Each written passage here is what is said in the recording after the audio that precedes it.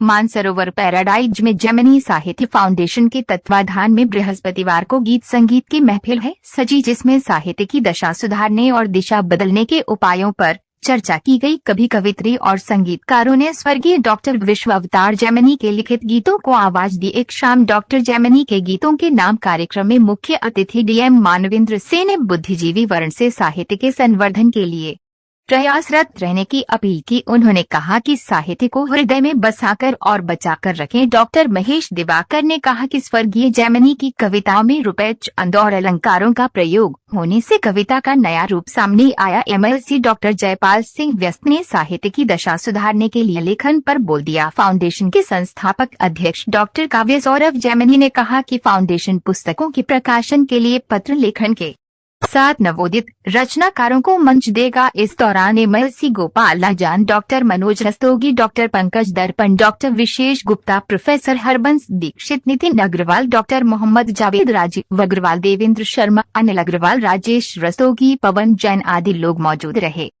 नमन करते हुए आशार्थ को प्रणाम और सभागार में उपस्थित सभी सज्जनों को सादर नमन, अभिनंदन। मेरी साथी अभी मुझे कह रही थी कि ये अच्छा होगा कि आपको सबसे अंत में बुलाया जाए और उनकी दुआ तुरंत कबूल कर ली गई और सबसे पहले मेरा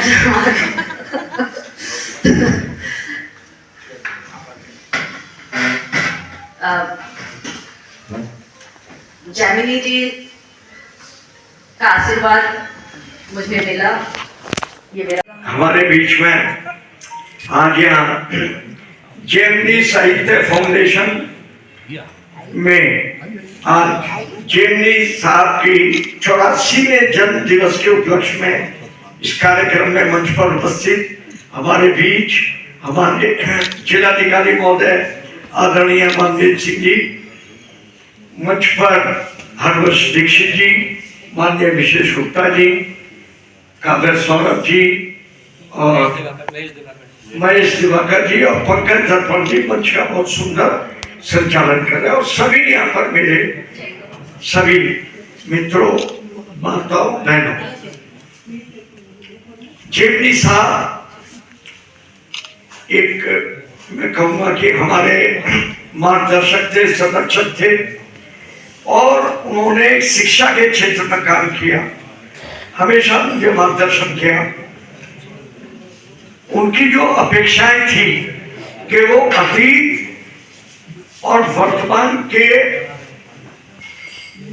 अज्ञात, अचिन्हित साहित्य व साहित्यकारों की खोज करना और वही परिदृश्य आज हम सबके बीच नजर आ रहा है। चूंकि आज जिस तरह जितने हमें साहित्यकारों को और कवियत्रियों को सबको सम्मानित किया, ये उनके जीवन का, उनकी सोच का, उनका उद्देश्य था।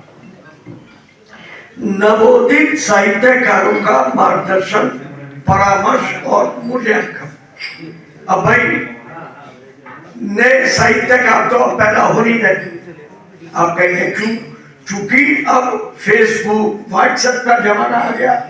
रोज सवेरे व्हाट्सएप खोलो तो इतना ज्ञान मिल जाएगा, इतना ज्ञान मिल जाएगा, उसको सबको डिलीट करने में आधा घंटा लगेगा और जब उस ज्ञान को आप डिलीट करोगे बिना पढ़े तो अगला आधा घंटे में फिर 100-200 बात समझ लेंगे। तो भाई साहब, साहित्य का फिलहाल जो है विरोध में भी वामपंथ लोग खोज लेते हैं, लेकिन उस जहां तक साहित्य का इतिहास लिखा गया, इसके पश्चात कवि और साहित्यकार कहां पर है? क्या हमें ये नहीं लगता है कि हम सब लोग जो लिख रहे हैं केवल रिपीटिशन कर रहे हैं, कोई नई बात नहीं कह रहे हैं? और सबसे बड़ी बात यह है कि क्या हम समाज को कोई दिशा दे रहे हैं, कोई दिशा दे पा रहे हैं, या हमारी स्थिति ऐसी है कि हम समाज को कोई दिशा दे सकने वाली स्थिति में है? मैं आपको बताऊं, मैं अपना पर्सनल एक्सपीरियंस बताऊं, मैं पिछले 10-12 साल से मैं किसी कब सम्मेलन में नहीं जाता हूं। बुलाता हूं मैं, मेरे पिताजी बहुत पहले जब मैं पैदा नहीं हुआ तब से कब सम्मेलन किया करते थे और मैं भी करवाता हूं।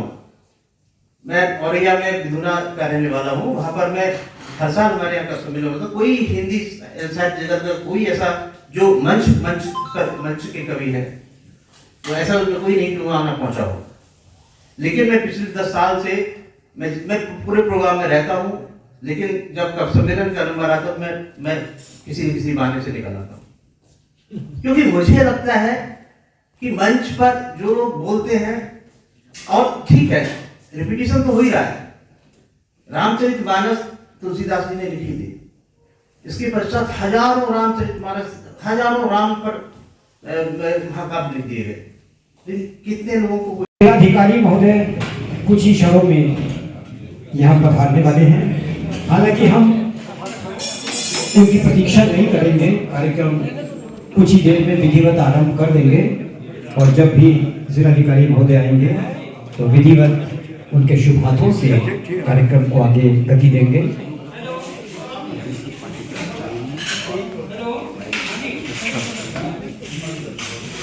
आदरणीय विनोद अग्रवाल जी,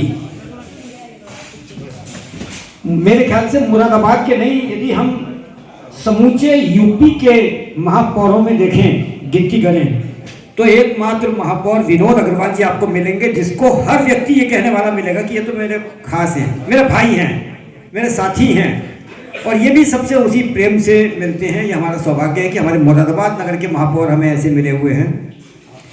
सदैव हंसना, मुस्कुराना, सदैव खिलखिलाना, सदैव सभी गतिविधियों में सहयोग देना जिनकी पहचान है,